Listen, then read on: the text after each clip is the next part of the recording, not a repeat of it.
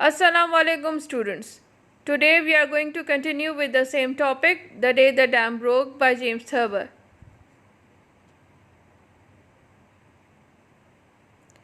In previous lecture I told you about Mary Celeste, the example which Thurber gave, that the strangeness and the mystery which is attached with Mary Celeste, it can be actually visualized or imagined or understood for the same situation which was happening on that day in Ohio, that everybody was running and there was no reason to be found after it.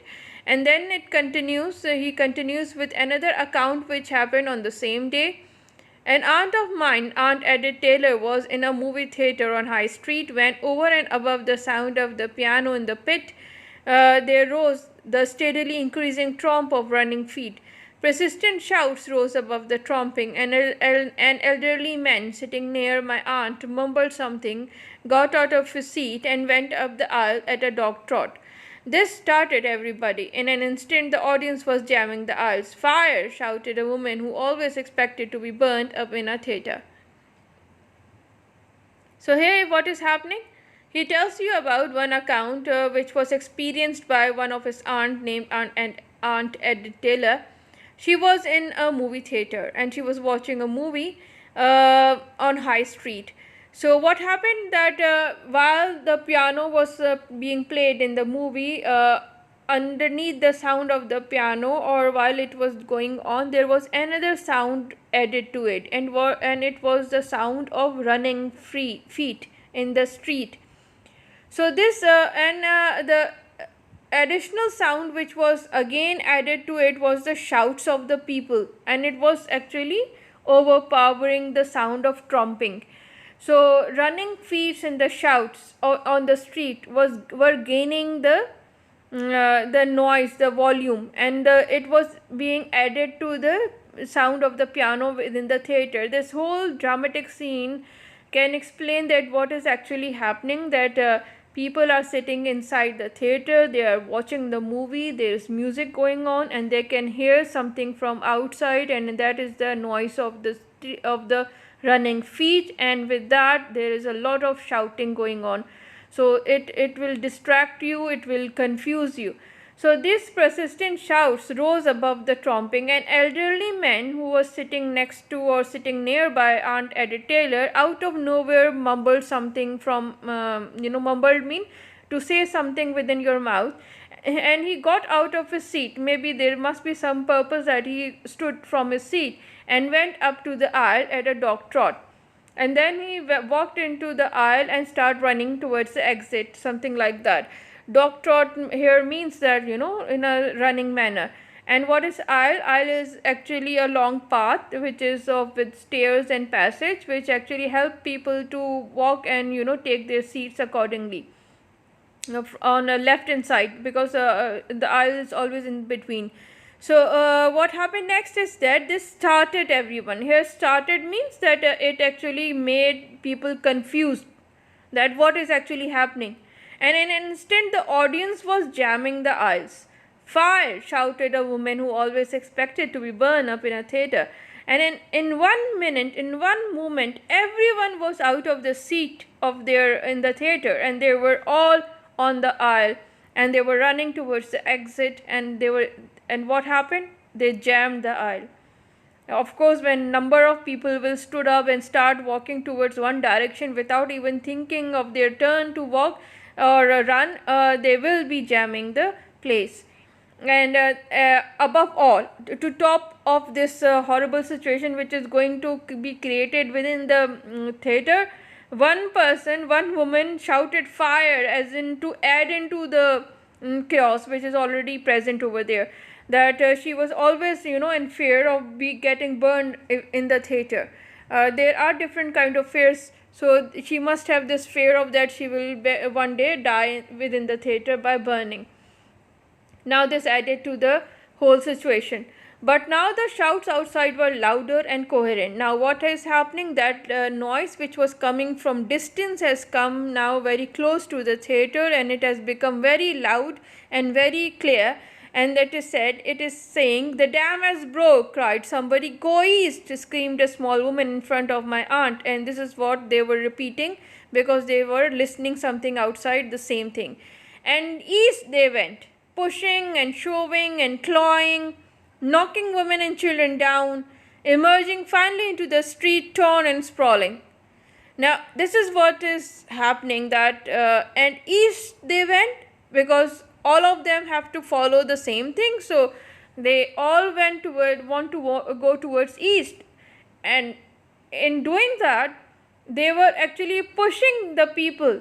They were pushing, they were grabbing, they were clawing them out of their way. They are knocking women and children down, and they were actually stepping over them. This is a perfect picture of stampede. And then finally they were out in the street. Their clothes are all torn and they are sprawling means they lie flat on the street. Of course, they are being pushed from behind. So this is what actually happened when in a closed building, when the panic starts and when the chaos is created. This is a picture of that scene, that in the closed building, when the people want to escape and they have only one way out, and they are in so much panic that they stop thinking that what is right, what is wrong, where should be they going from, then this is what happens. Inside the theatre, Bill Hart was calmly calling some desperado's bluff, and the brave girl at the piano played "Row, row, row" loudly, and then "In my harem." These are the song wordings. Outside, men were streaming across the State House yard. Others were climbing trees. A woman managed to get up onto the "These Are My Jewels" statue. It's the name of the statue, "These Are My Jewels," whose bronze figures of Sherman, Stanton, Grant, and Sheridan, these are the four prominent figures of the city, watched with cold unconcern the going to pieces of the capital city. Now, here the names are given of the bronze statue figures. Of course, the figures of the statues do have eyes, and of course, they are all made of stone and whatever material it is used. It is bronze written here. So, of course, they are not actually looking at the people, but here James Thurber is letting you know that these statues might be looking at what is happening here, and they would realize that how the city is going into pieces because of this chaos which was created but just by a rumor. Of course, this is the most terrible situation, but James Thurber has explained it remarkably, describing everything which he can possibly imagine about that particular day. I ran south to State Street, east on State to 3rd, south on 3rd to Town, and out east on Town. My Aunt Ada Taylor has written me. A tall, spare woman with grim eyes and a determined chin ran past me down the middle of the street. I was still uncertain as to what was the matter. In spite of all the shouting, I drew up alongside the woman with some effort, for although she was in her late 50s, she had a beautiful, easy running form and seemed to be in excellent condition. So here she says that I ran south to State Street, east on State, and she's telling the truth. And then she says that he says that my Aunt Ada Taylor has written me. She has written to him that a tall, spare woman with grim eyes. She's describing the whole description of this woman who was running. Also, she was 50 years of old, and she has a soft way of running, manner she was running, but she was in excellent health. Look at the details the aunt is giving. That means all of the incident was engraved in their mind, all with the terror and everything. They were capable of remembering each and every detail which happened on that particular day. What is it? I puffed, as Aunt Edith Taylor says that she doesn't know that what is actually happening. So she asked this lady, "What is it?" I puffed. She gave me a quick glance and then looked ahead again, stepping up her pace a trifle. "Don't ask me, ask God," she said. Now, what happened next? the reply was interesting. She said, "Don't ask me, ask God." Of course, that woman already doesn't know that why they are all running. So it shows that half of the people who are running have no idea why they are running towards east. See this reaction of the woman, that she doesn't even know that why she is running towards east. So Aunt Edith Taylor was, got her answer like just like that. So let me explain it clearly. So होता ये है कि जब वो James Serber आपको बताते हैं कि मैरी सेलेस्ट की स्ट्रेंजनेस और जो मिस्ट्री थी, उसी तरह की जो फीलिंग है आपको इस वाक़े के लिए आती है, क्योंकि इसकी कोई रीज़न तो थी नहीं कि लोग कैसे भाग रहे थे पागलों की तरह।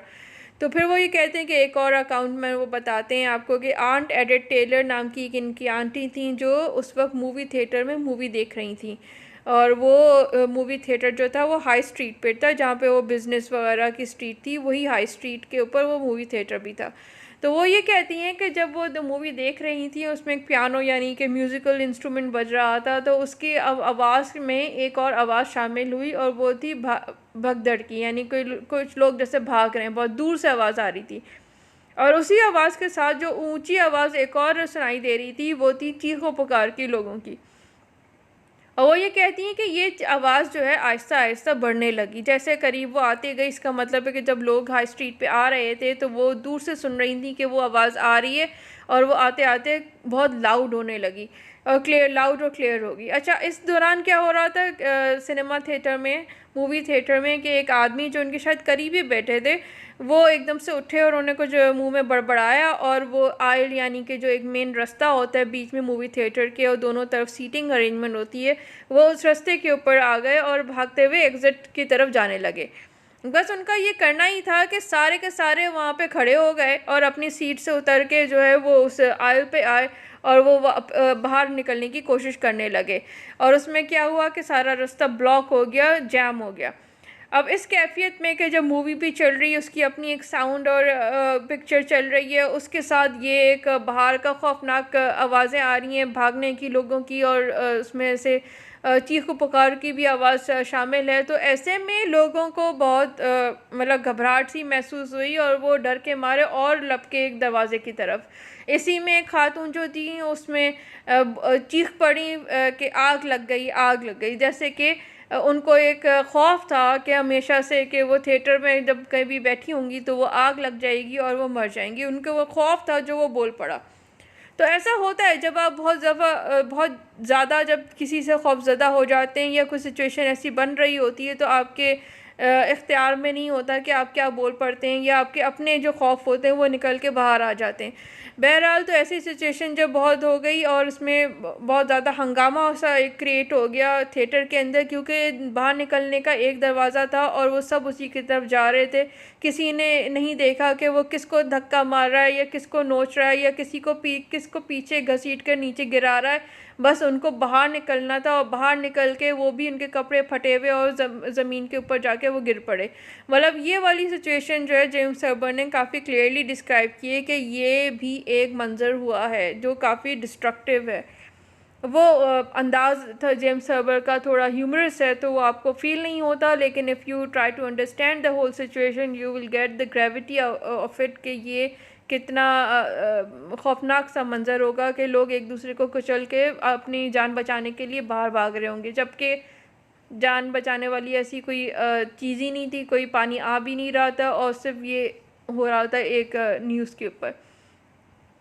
फिर वो ये कहते हैं कि वहाँ पे स्टैचूज़ वगैरह भी थे जो उनके शहर के प्रोमिनेंट लोगों के थे, वो ब्रॉन्ज़ के बने हुए। उस पर भी एक कोई खातून चढ़ गई ऊपर, तो कोई दरख्त पे चढ़ गया, तो कोई किसी पोल पे चढ़ गया। मतलब ये वाले भी मंजर थे कि लोग जो भाग नहीं पा रहे थे, तो फिर वो अपनी बचाव के लिए चीज़ें ढूंढ रहे थे कि उस पर चढ़ के बैठ जाएँ।